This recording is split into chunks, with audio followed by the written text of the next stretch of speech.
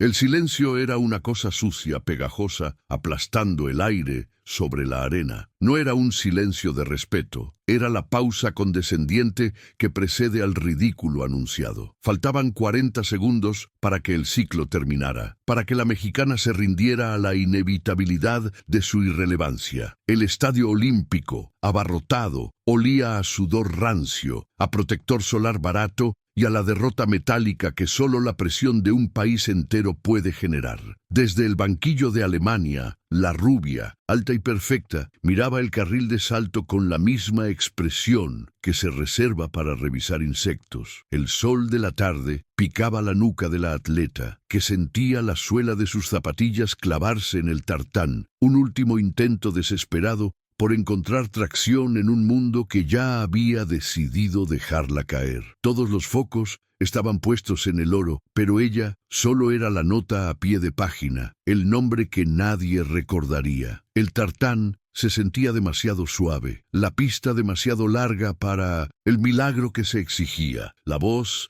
aquel eco cruel de la teutona en la rueda de prensa previa, perforaba el cráneo como un taladro frío. México no tiene técnica. No fue solo un comentario, fue una sentencia dictada con arrogancia quirúrgica, resonando ahora en el vacío de sus pulmones.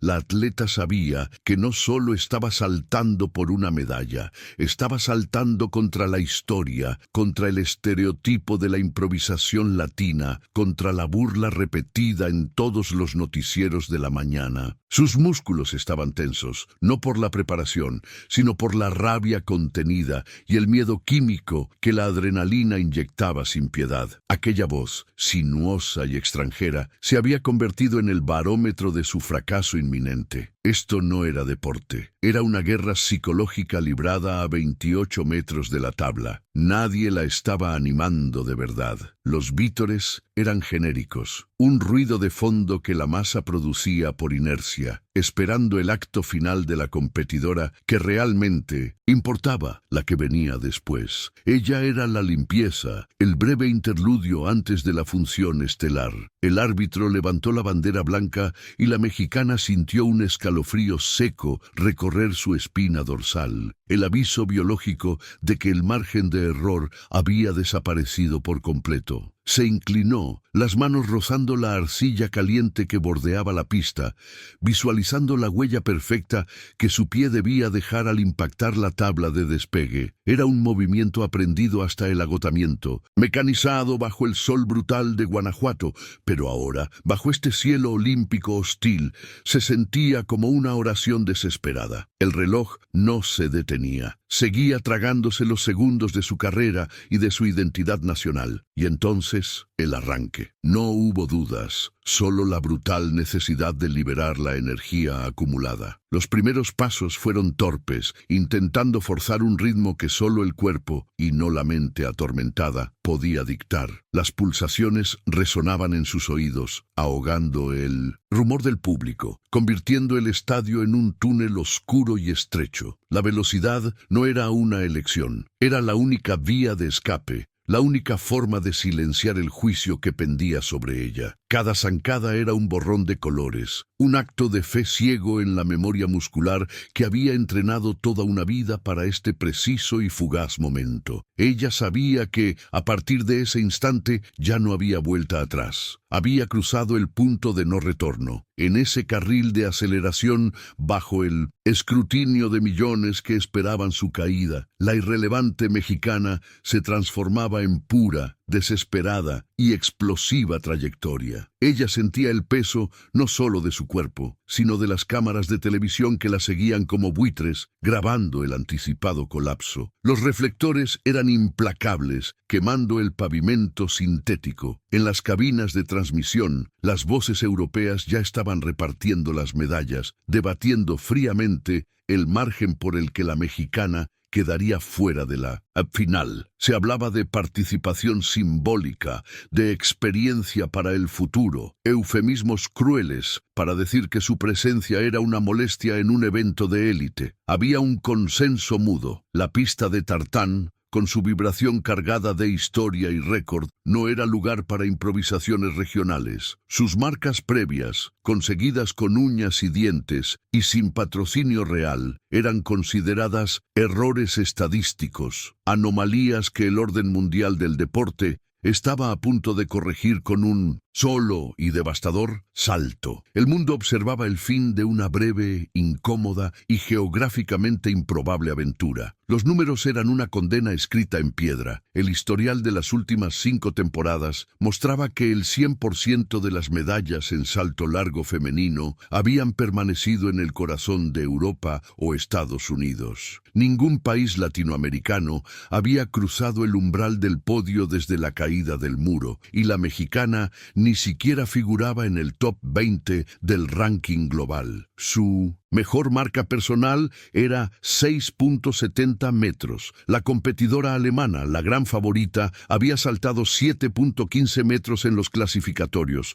Esto no era una competencia de talento, sino de infraestructura, de nutrición científica y de la tradición deportiva que se hereda y no se improvisa. La esperanza era una ilusión que la data aplastaba con el rigor de un martillo. La prensa deportiva, al revisar su expediente, apenas le dedicaba una nota a pie de página, etiquetándola como una rellenadora de hit que sería eliminada tras el primer intento serio, incapaz de acercarse a la frontera de los 7 metros. El aire, pesado con el olor a sudor y a resina de calentamiento, amplificaba el juicio, y entonces llegó la estocada, la frase que resonaría como un trueno en los corazones de millones de mexicanos frente a sus televisores. Desde la cabina principal, un analista de peso, con acento germánico y autoridad innegable, sentenció sin rodeos: México no tiene técnica. Sus atletas confían en el corazón, pero el corazón no gana medallas contra la ciencia del deporte. Era más que un comentario, era una declaración geopolítica sobre la inferioridad estructural. La indignación era un ácido quemando en la garganta del atleta, una rabia silenciosa que no podía exteriorizar, pues cualquier gesto de frustración solo validaría la narrativa de emocionalidad descontrolada. El juicio se había completado. Su fracaso no sería deportivo, sino cultural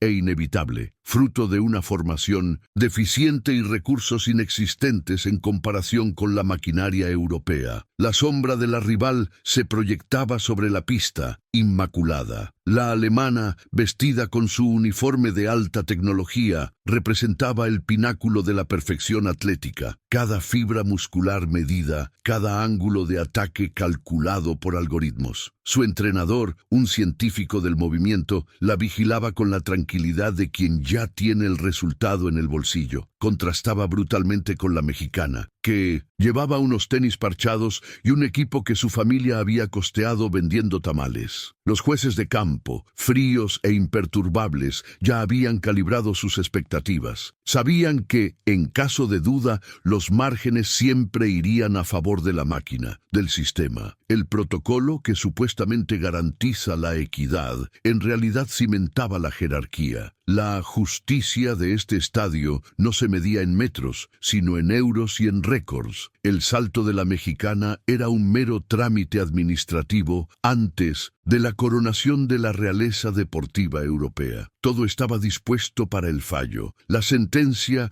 había sido leída por los medios, validada por los números y sancionada por la élite. El rugido de la multitud se desvaneció, dejando solo un zumbido sordo que resonaba en sus oídos mientras se acercaba al punto de inicio. Era el ruido del mundo diciéndole que se detuviera. Pero en ese último instante, justo cuando las luces del estadio parecían intentar congelarla en la mediocridad, la mexicana encontró un espacio de silencio profundo. La indignación por fin se transformó. Dejó de ser rabia estéril y se convirtió en una energía densa, una fuerza primigenia que recorría sus tendones. La decisión del universo deportivo de declararla perdedora, paradójicamente, la liberaba de la presión de cumplir. Si ya estaba condenada, ¿qué importaba el miedo? Solo quedaba una respuesta posible: la explosión. Esa frase, México no tiene técnica, no era una bala recién disparada, era el eco repetido de un cañón que había sonado durante años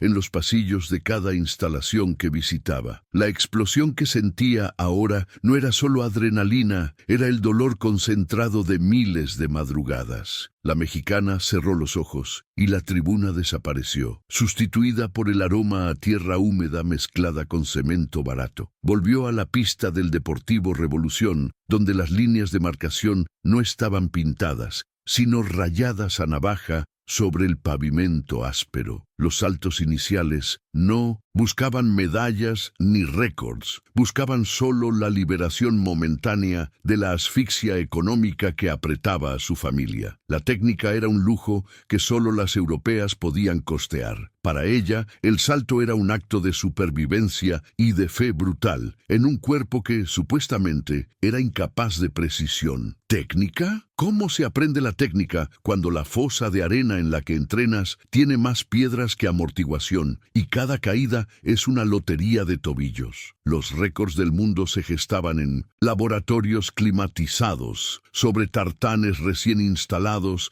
y bajo la tutela de fisiólogos de élite. El entrenamiento de ella se daba en el caos bendito de la ciudad, esquivando ciclistas y perros callejeros, usando un viejo neumático como lastre y el calor del mediodía como sauna forzada. Nunca hubo un análisis de biometría ni cámaras de alta velocidad, solo la mirada severa de su entrenador, un hombre curtido en la vieja escuela que definía la perfección por la ausencia de dolor tras el impacto. Sus zapatillas no eran de fibra de carbono, sino modelos genéricos cosidos y pegados una y otra vez, hueliendo a sudor y a esa determinación ácida que solo conoce el que no tiene nada que perder. Mientras las alemanas calibraban la angulación de despegue con software predictivo financiado por el Estado, ella consultaba la posición de las estrellas y la sensación de sus músculos. La Federación Mexicana le ofrecía apoyo errático, promesas incumplidas y una burocracia tan pesada como un grillete. Los viajes internacionales eran mendigados, el alojamiento era precario y la comida casi siempre insuficiente para el esfuerzo que requería su cuerpo. Era la antítesis del atleta moderno. No era un producto de la ciencia deportiva, sino un error estadístico, una anomalía forjada en la pura obstinación. Ellos tenían la metodología perfecta, ella tenía la rabia perfeccionada. Y esa rabia, ese motor primario de frustración acumulada, era precisamente lo que los técnicos europeos etiquetaban como falta de control, o peor aún, falta de inteligencia atlética. El recuento mental del costo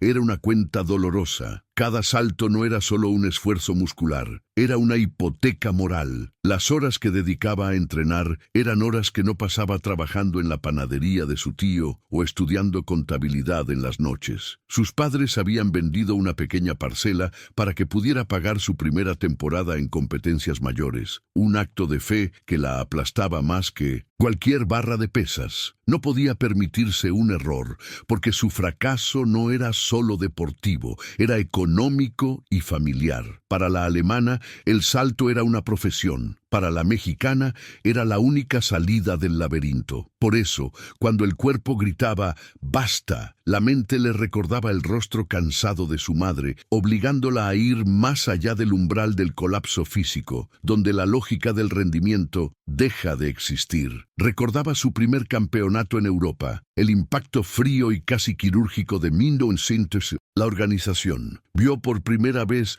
los uniformes impecables, los equipos de masajistas personales, los entrenadores que hablaban 3 idiomas y llevaban gafas de diseñador. Ella, con su uniforme descolorido y una pequeña maleta que olía a naftalina. Fue allí donde un comentarista técnico la describió como atlética pero mecánicamente rústica, un eufemismo condescendiente para salvaje sin pulir. Esa noche se sentó sola en la cafetería, mirando cómo las atletas del bloque este discutían sus planes de entrenamiento como si fuesen teoremas científicos. Sintió el peso de ser la extranjera, la invitada improbable. Entendió que para ellos era una intrusa, una competidora que había llegado allí por accidente o por una racha de suerte, nunca por el mérito de un sistema. La mayor crítica siempre se centraba en el despegue. Los manuales dictaban que el salto debía ser una extensión controlada, un empuje suave y aerodinámico. El suyo era todo lo contrario, una clavada violenta, un impacto que parecía buscar romper la tabla, no solo usarla. Era demasiado brusco,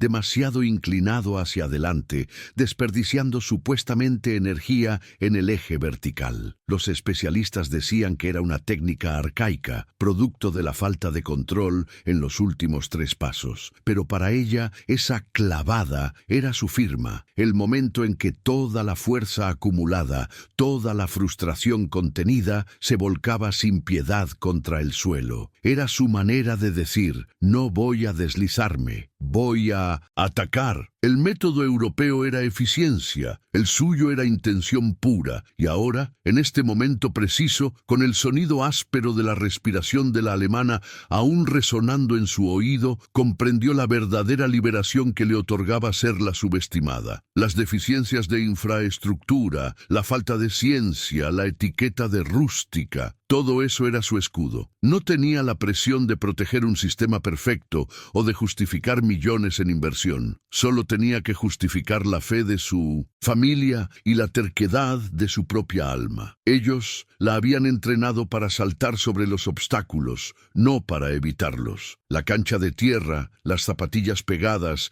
y la rabia del inmigrante deportivo convergieron en el punto exacto de la tabla de despegue. La explosión ya no era solo posible, era inevitable. El recuento había terminado. Era hora de responder a la alemana. El inicio de la competencia fue una purga, no una celebración. Los primeros llamados a la pista no eran rivales, eran comparsas, atletas de países sin infraestructura deportiva que servían como el telón de fondo para el espectáculo central. El aire caliente de la pista, cargado con el olor acre del sudor y el talco de magnesio, parecía aplastar las ambiciones de todos los que no vestían los colores del bloque oriental. Mientras tanto, Elena, sentada en una silla plegable cerca de la zona de hidratación, sentía el sol ibérico castigarle la nuca. El peso de su historia no le permitía desviar la mirada. Debía ver la perfección que estaba a punto de devorarla. El cronómetro mental avanzaba hacia su momento de juicio. La alemana, Ingrid, entró a la carrera con la fría indiferencia de un reloj suizo. No saludó, no dudó. Su secuencia de aproximación era hipnótica, una demostración de física aplicada donde cada paso, cada elevación de rodilla estaba calibrado para la máxima eficiencia energética. Cuando despegó, el sonido de su zapatilla al impactar la tabla de madera fue seco y autoritario. Un disparo. La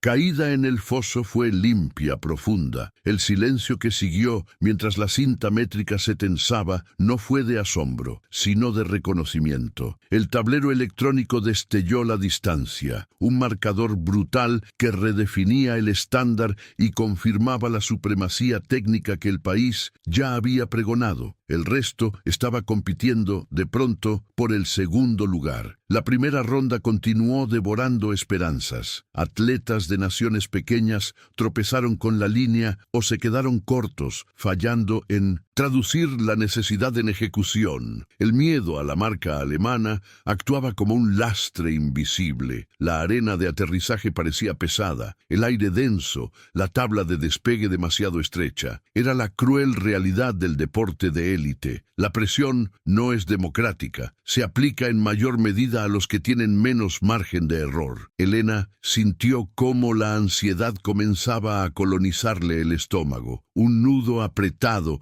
que intentaba disolver con respiraciones profundas. Su turno se acercaba y ya no era solo un salto, era un intento de validar su existencia en ese escenario. Rodríguez, México. anunció el altavoz con una nota de rutina, sin énfasis. El nombre sonó deslavado. Un número más en la lista. Elena se levantó, sintiendo que sus músculos, a pesar del calentamiento, estaban tensos y poco cooperativos. Se acercó a la línea de carrera. A diferencia de Ingrid, cuya concentración era blindada, Elena sentía cada par de ojos en el estadio, esperando su inevitable mediocridad. El ritmo inicial fue bueno, pero en el momento crucial, la mente interrumpió la memoria muscular. Un nanosegundo de duda, el miedo al fallo, la hizo modificar ligeramente el último paso. Ese quiebre fue fatal. El salto fue seguro, demasiado seguro. Aterrizó sin estridencias,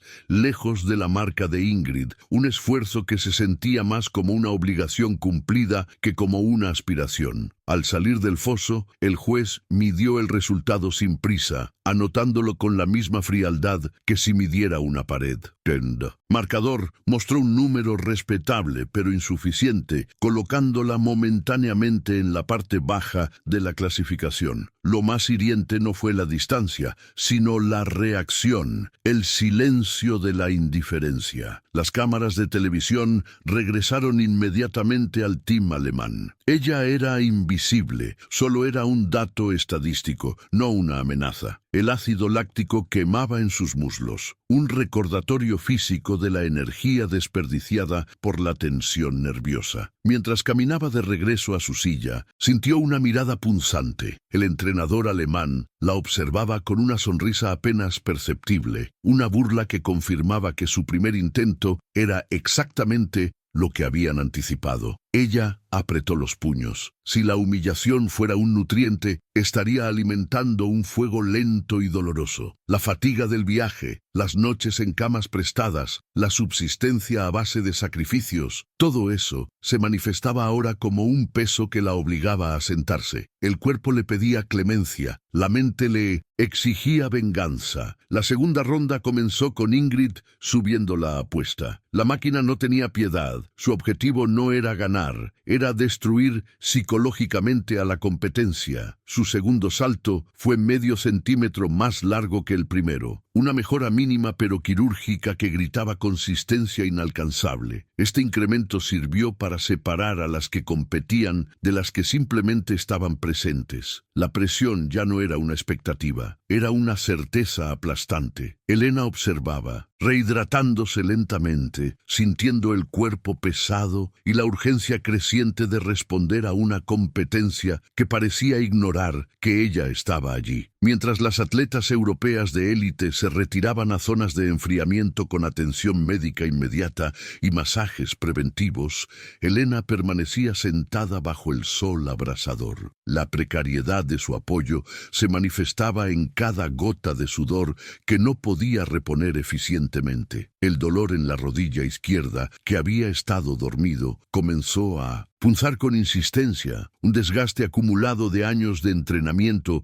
sin la recuperación adecuada. El calor reflejado en la pista de tierra batida distorsionaba su visión, haciendo que el foso de arena pareciera un espejismo inalcanzable. Estaba compitiendo no solo contra metros, sino contra sistemas enteros. Los murmullos eran inevitables y se filtraban a través del aire. Cerca de la zona de jueces, escuchó fragmentos en español y alemán. Hablaban de suerte en lugar de talento para describir la presencia de los atletas latinos, de la falta de cabeza fría para manejar la presión. Cada fallo de un competidor centroamericano validaba el prejuicio de la alemana. La narrativa no era de justicia deportiva, sino de confirmación de estereotipos. Elena sintió cómo la invisibilidad se transformaba en escarnio. No podía fallar su próximo salto, no solo por sí misma, sino para silenciar ese eco cultural de inferioridad. El marcador brillaba con números crueles. El campo estaba a punto de reducirse a los 8 primeros. 2 intentos se habían esfumado, y Elena seguía peligrosamente cerca de la línea de corte. Tenía que transformar el esfuerzo mediocre en una declaración contundente. El miedo a ser eliminada silenciosamente, a regresar a casa habiendo cumplido el pronóstico de la alemana, la golpeó con la fuerza de un golpe seco. El sacrificio, el dolor, la rabia, Todo necesitaba converger en esa tercera oportunidad. Cerró los ojos. La frase, esa condena de la prensa alemana, México no tiene técnica, ya no era una ofensa externa. Era el combustible que ahora ardía bajo su piel. El dolor que ascendía desde su tendón de Aquiles ya no era solo la fatiga acumulada de un entrenamiento insuficiente para este nivel. Era la hipoteca final de su futuro. Si fallaba este salto y la lesión se agravaba, no habría patrocinador, ni apoyo gubernamental, ni la promesa de rehabilitación adecuada. Su cuerpo, la única herramienta que poseía, colapsaría y el retiro forzoso llegaría, silencioso y cruel, mucho antes de lo planeado. Este tercer intento no era una competencia deportiva, era una puja desesperada contra la escasez. Si la técnica era deficiente, como decían, se debía a que en México las pistas eran de grava y el apoyo médico era un lujo que solo se obtenía al borde del colapso. Esta prueba era la única puerta de escape. El oro en su cuello significaba el fin de la incertidumbre financiera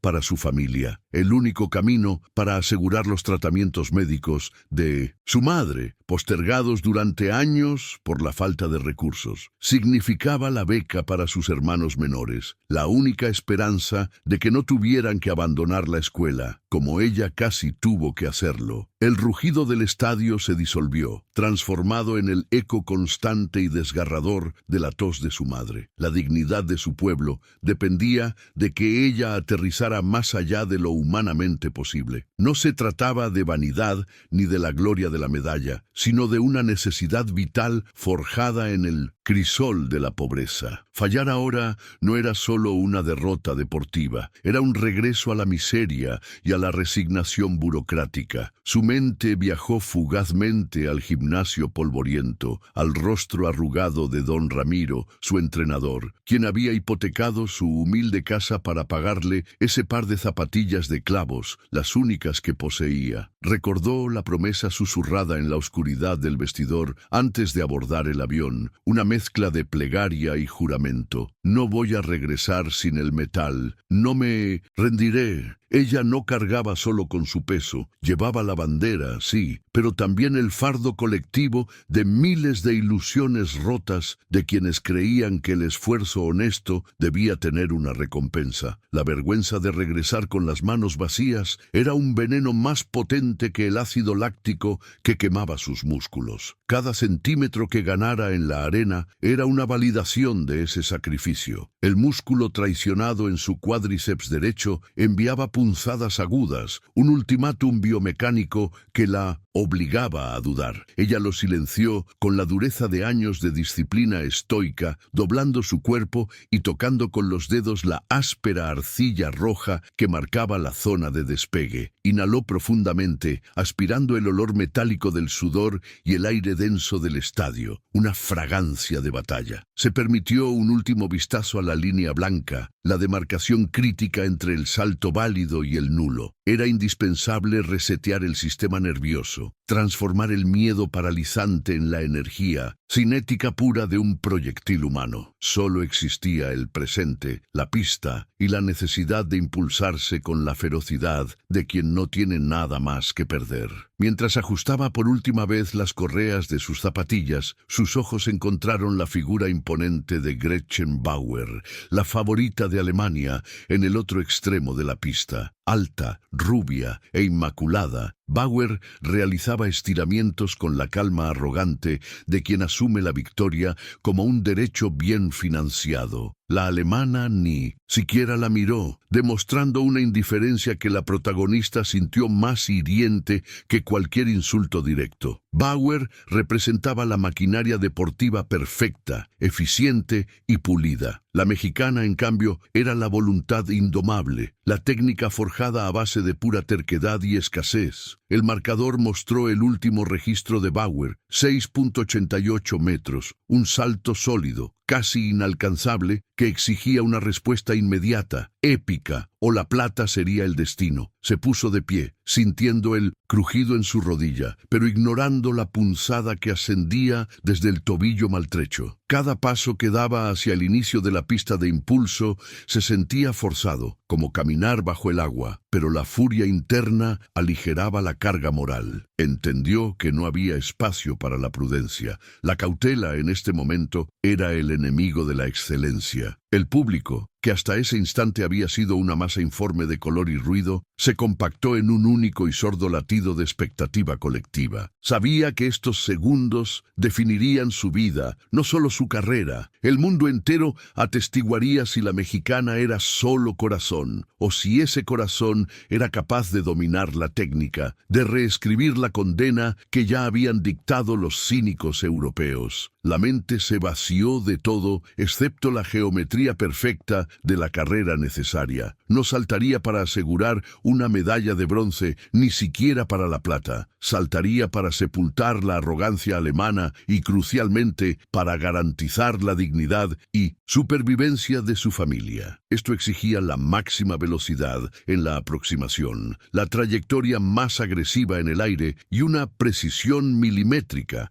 en el contacto con la tabla de pique. El margen de error era nulo. Si fallaba la tabla por 1 centímetro, sería un salto nulo y la derrota definitiva. Pero el miedo al fracaso deportivo era inferior al miedo de vivir una vida sin haberlo arriesgado absolutamente todo. Abrió los ojos y solo quedó la determinación cristalina. Tenía que ser el salto. Perfecto, un milagro biomecánico ejecutado por pura y feroz voluntad mexicana. La mexicana se levantó, sintiendo el peso del estadio olímpico, pero su mente se disoció del ruido. Los pitidos y el clamor se convirtieron en un murmullo distante, sustituido por el conteo interno que su cuerpo conocía de memoria. 15 zancadas, precisas y agresivas. No miró a la alemana, no miró la tabla. Solo existía la pista, la arena y el cronómetro biomecánico de su propia cadera. En el centro de entrenamiento de la CONADE habían repetido la secuencia final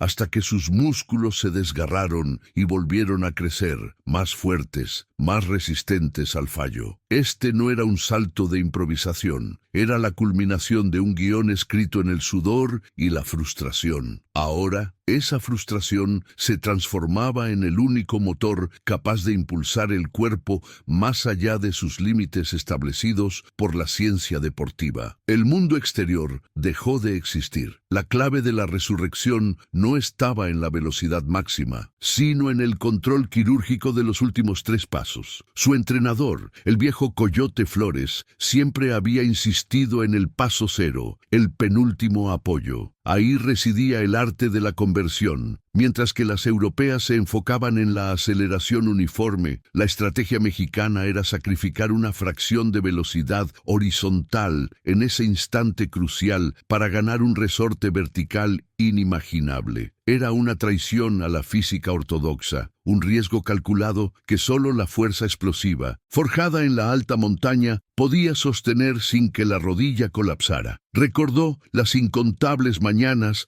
en las que practicó ese paso cero con sobrepeso, con tobilleras de plomo, simplemente para garantizar que la musculatura reaccionara como un pistón, no como una extremidad fatigada. Este es el momento de aplicar la memoria muscular del tormento. Meses de entrenamiento invisible ahora se revelaban como la única esperanza. No se prepararon en pistas de tartán perfectas. El Coyote la llevó a Atos, Oaxaca, a un campo de tierra compactada donde la superficie nunca era predecible, donde el viento soplaba sin piedad y la altitud quemaba los pulmones. Buscaban la inestabilidad. ¿Por qué? Porque el salto perfecto no es solo técnica, es la capacidad de corregir milimétricamente en el aire la pequeña imperfección que el cuerpo encuentra en el último apoyo. Este tipo de entrenamiento extremo había provocado microfracturas en sus pies, dolor crónico que solo se calmaba con el hielo nocturno. Esos sacrificios, esa renuncia a la comodidad de la élite, no se veían en los reportes de prensa pero estaban grabados en el tendón de Aquiles, listos para ser usados como combustible final. El barro y la tierra se convertirían en oro olímpico. El dolor ya no era una distracción, sino un compañero conocido. La mexicana inhaló profundamente el aire caliente y denso del estadio llenando sus pulmones, pero en su mente solo olía el thinner y el caucho quemado del pequeño gimnasio que había sido su refugio. Recordó las noches de soledad, viendo videos de saltos alemanes de los años 80, buscando fallos en la arrogancia mecánica que parecía perfecta. La alemana decía que a México le faltaba técnica, pero esa técnica se había construido a base de rabia contenida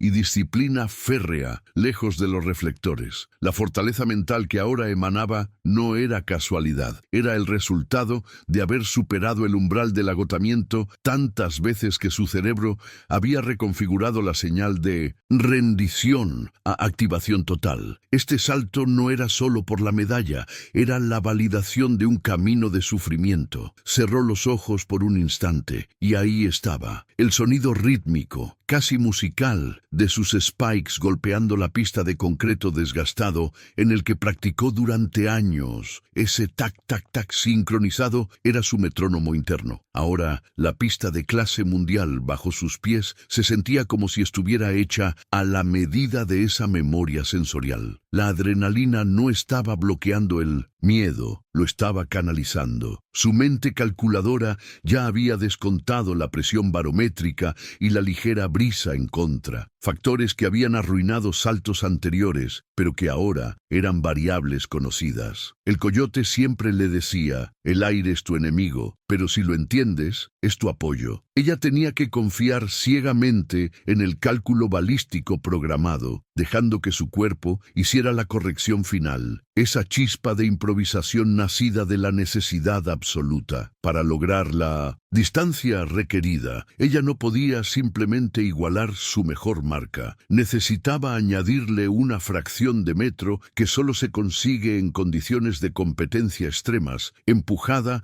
por una motivación trascendental. El plan secreto, ensayado solo en las sesiones más oscuras y agotadoras, era una sobrecarga neuronal, un turbo que violaba momentáneamente la cadencia normal. Implicaba un aumento de la frecuencia de zancada en el tercer bloque de la carrera, seguido de un apoyo final más largo y violento de lo habitual, un movimiento que los comentaristas describirían como desesperado si no funcionaba. Pero la desesperación se había transformado en ingeniería precisa. Era la aplicación de la máxima de que, si no estás al borde del desastre, no estás yendo lo suficientemente lejos. El riesgo de la tabla era total, pero la recompensa era la eternidad deportiva. Todo se redujo a la fe en el proceso que nadie vio, en la técnica que había sido despreciada por ser demasiado ruda o imperfecta, la convergencia de la biomecánica y el corazón indomable. La mexicana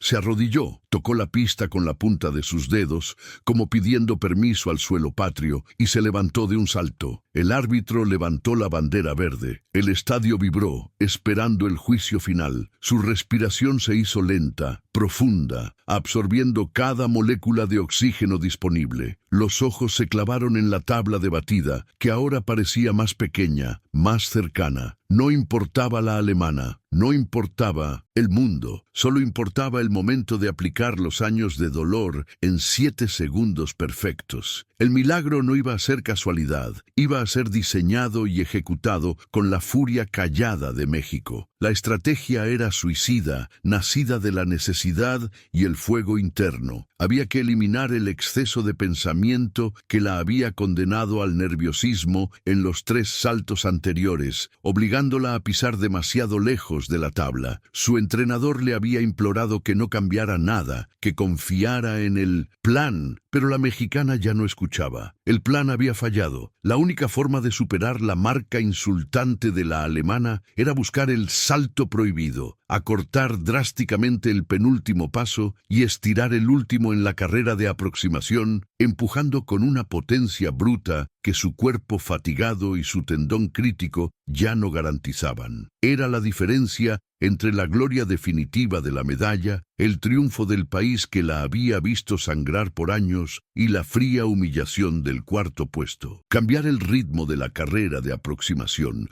la base de todo salto largo, era el error más elemental que un atleta puede cometer en una final, la traición a la memoria muscular entrenada por años. Alterar esa memoria a la fuerza, en este momento de máxima tensión, significaba una probabilidad de nulidad superior al 90%, o, peor aún, pisar tan alejada de la tabla que el esfuerzo solo sería un gesto vacío. Abandonar la seguridad significaba ingresar a un espacio de caos, controlado, donde solo la intuición guiaba. Pero si caía, caería con honor. No podía permitir que la mentalidad de jugar seguro dictara su destino en el momento en que su nación necesitaba una respuesta épica al desafío lanzado por la arrogancia teutona. Esa cobardía no la perdonaría jamás. Ella cerró los ojos un instante y el ruido del estadio, el murmullo de millones de almas, se redujo a la sintonía monótona de la sangre palpitando detrás de sus sienes. Bum, pum, bum, pum. El dolor crónico que residía en su rodilla y el tendón de Aquiles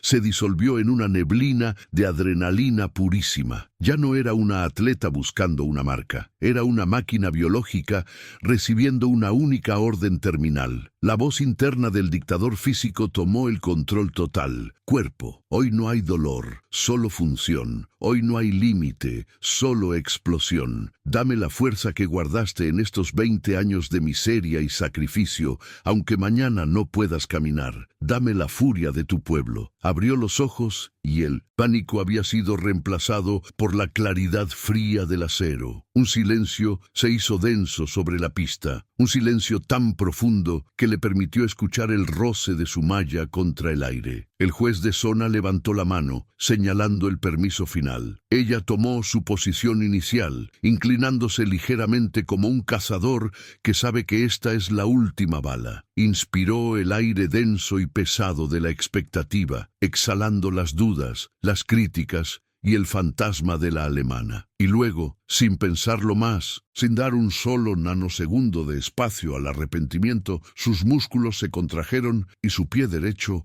abandonó el suelo. El primer paso no fue el habitual, fue más corto, más explosivo. El compás de la técnica habitual había sido deliberadamente roto, y la aceleración se sintió, para ella, extraña y terriblemente ajena, anunciando la decisión irreversible. El segundo paso confirmó el riesgo. Iba demasiado rápido. El control se deslizaba en el filo de la navaja. Su mente gritó una alarma, pero la orden de no detenerse, de no fallar ahora, era más poderosa que cualquier instinto de supervivencia. Ya estaba inmersa en el túnel de la aproximación, donde cada metro era una cuenta regresiva hacia el vacío absoluto. En este punto de la carrera, detenerse o corregir significaba la descalificación emocional y la ruina de la oportunidad. Su visión periférica captó a la multitud borrosa. Sintió el calor de los focos en su cuello. Solo había un camino: doblar la apuesta, acelerar y confiar en que la locura de su estrategia le daría el golpe final de potencia sobre la tabla de batida. México no iba a mirar hacia abajo, solo hacia adelante. No pensó, solo ejecutó. El dolor en su cuádriceps derecho se disparó instantáneamente, un recordatorio de 3 días de rondas clasificatorias extenuantes, pero el cerebro desconectó el filtro de agonía. Cada fibra, cada músculo, gritaba al unísono: ahora o nunca. Los primeros 10 pasos fueron metronómicos, un desafío directo a la ley de la física, que dictaba que la fatiga acumulada debía haberla frenado. Buscó la línea imaginaria de su carrera,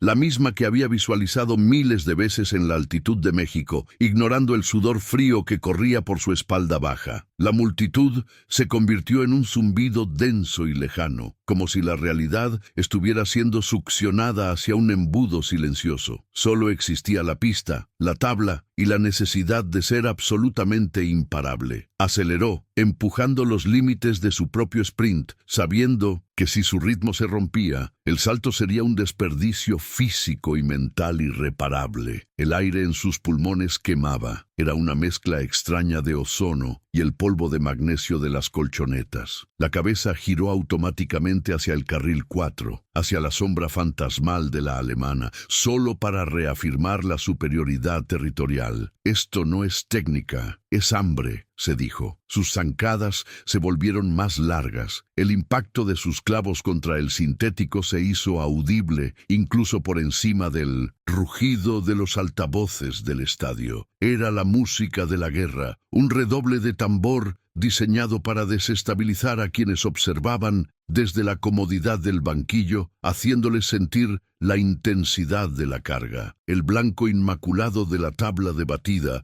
la zona crítica, apareció de pronto, acercándose a una velocidad vertiginosa, un desafío que exigía precisión quirúrgica a máxima potencia. Sus ojos no parpadearon. El pie derecho tenía que caer en el punto exacto para transformar la inercia horizontal en un ascenso vertical devastador. Un centímetro más allá era nulo. Un centímetro antes perdía el metro decisivo. Era la cúspide de la confianza absoluta, el momento en que el cuerpo olvida el miedo y opera por instinto programado. En esa fracción de segundo, la mexicana sintió el alivio brutal de la certeza. No fallaría. La única opción que quedaba, el único camino visible, era volar, no solamente saltar. Desde la zona de calentamiento, la entrenadora alemana, una figura rígida y helada, sintió un escalofrío que no tenía nada que ver con la temperatura nocturna del recinto. Observó la aproximación de la mexicana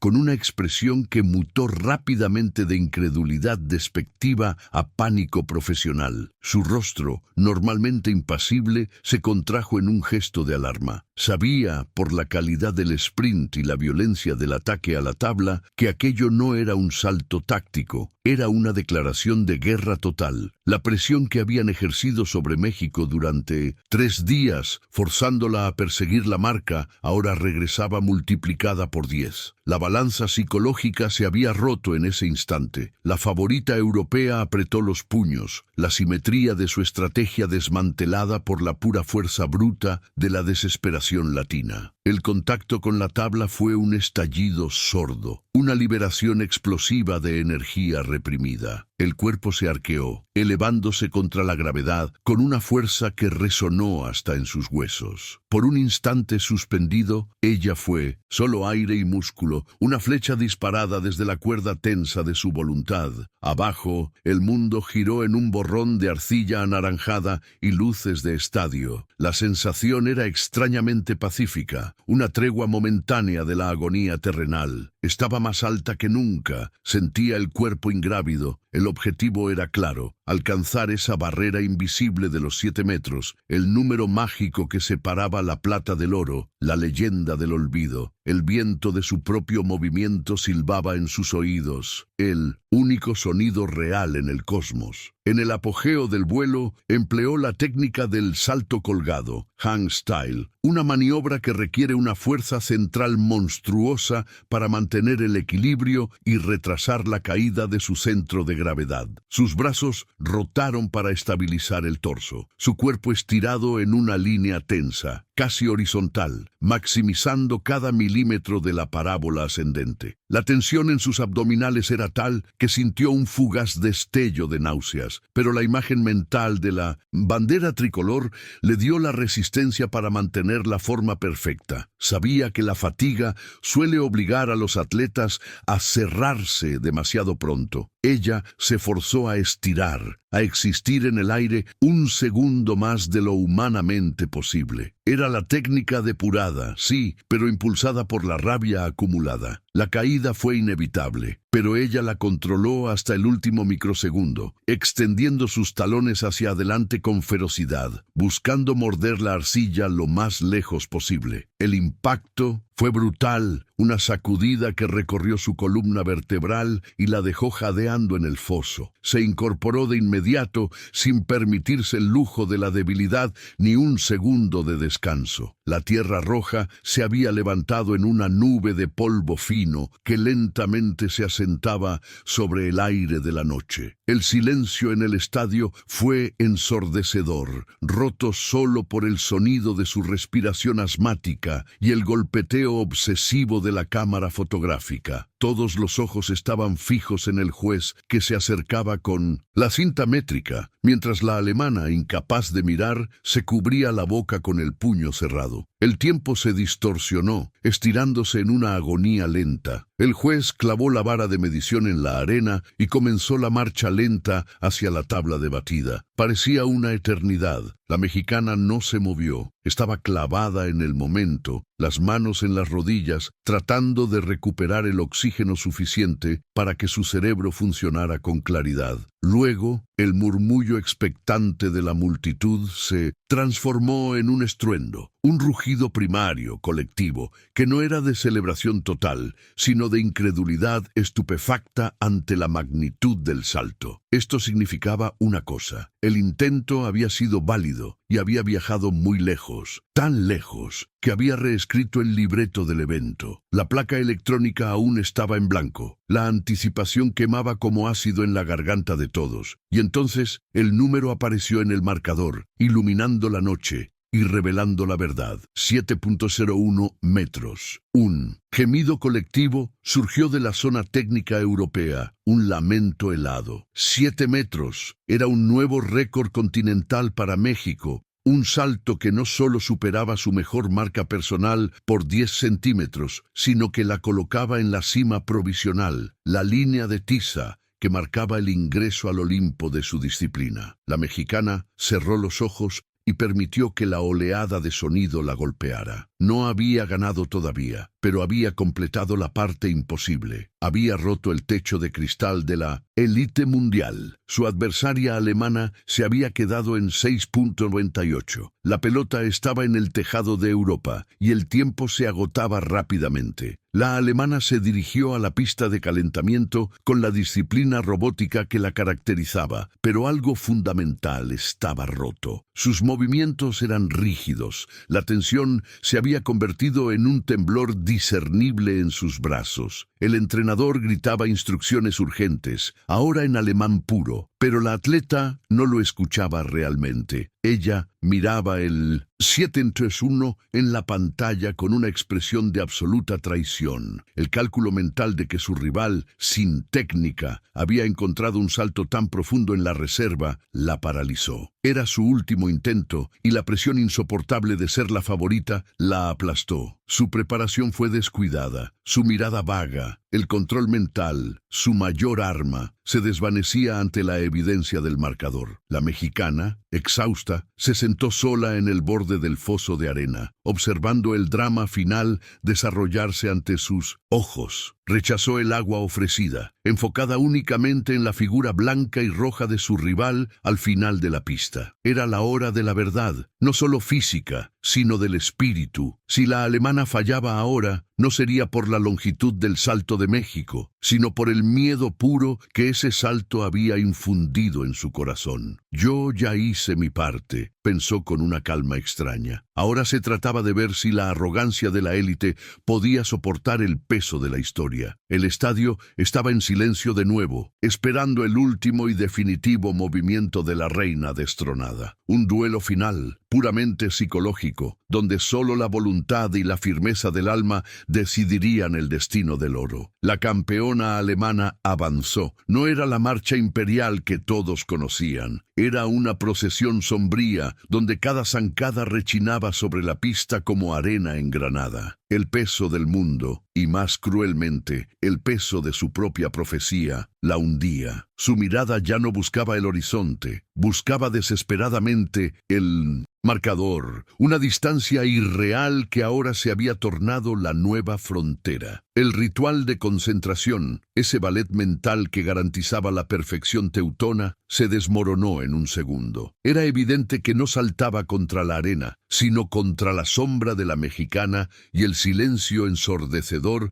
de su fracaso inminente. La carrera empezó rígida, forzada, como un motor que se ahoga antes de alcanzar su potencia máxima. Ella ya no era la élite, era solo una atleta humana, colapsando bajo el peso de un milagro inesperado que exigía una respuesta sobrehumana. El impacto contra la tabla fue errático, casi una rendición del cuerpo antes del despegue. Fue menos un salto y más una caída hacia adelante, sin la garra, sin el vuelo característico que desafiaba la gravedad. El cuerpo aterrizó pesadamente a varios palmos de donde se había detenido la mexicana. Ni siquiera era necesario que la luz roja se encendiera en la zona de plastilina para saberlo. La distancia marcada era insuficiente, una burla patética al récord que buscaba. En ese instante, la realidad golpeó. El duelo había terminado y la reina había abdicado por el terror. Por un segundo hubo una pausa antinatural,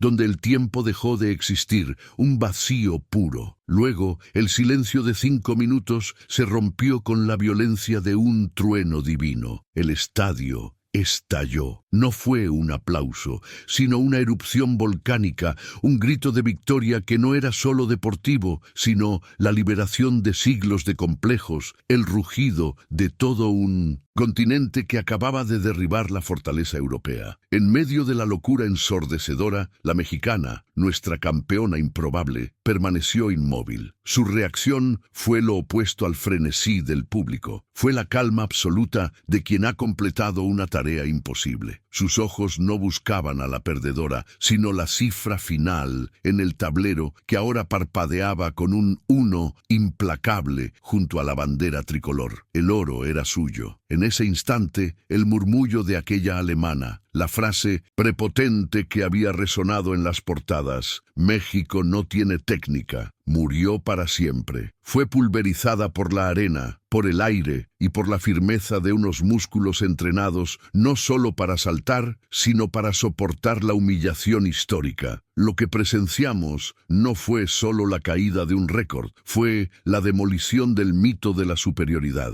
Y la arquitecta de esa demolición, con la respiración contenida y la dignidad intacta, sonrió levemente. La guerra había terminado. La alemana, inmóvil, en el borde del foso, no miró el marcador, sino la arena que había marcado la derrota de su dogma. No hubo apretón de manos, solo la distancia de una lección impuesta no por fuerza bruta, sino por el filo del orgullo herido. Mientras el sol se hundía sobre esa pista, llevándose consigo las sombras de la duda y la arrogancia, el verdadero cambio no fue el metal dorado que se colgó del cuello de la mexicana, sino el volumen sordo del silencio que siguió al rugido. Ya no era solo una plusmarca mundial, era la reescritura de un diálogo centenario sobre el valor de la periferia. Ella demostró que la técnica no se importa de laboratorios perfectos ni se dicta desde el púlpito del privilegio histórico. La técnica, la verdadera, nace donde la dignidad es desafiada, donde la furia patriótica se convierte en precisión quirúrgica destinada a callar al mundo de una vez por todas.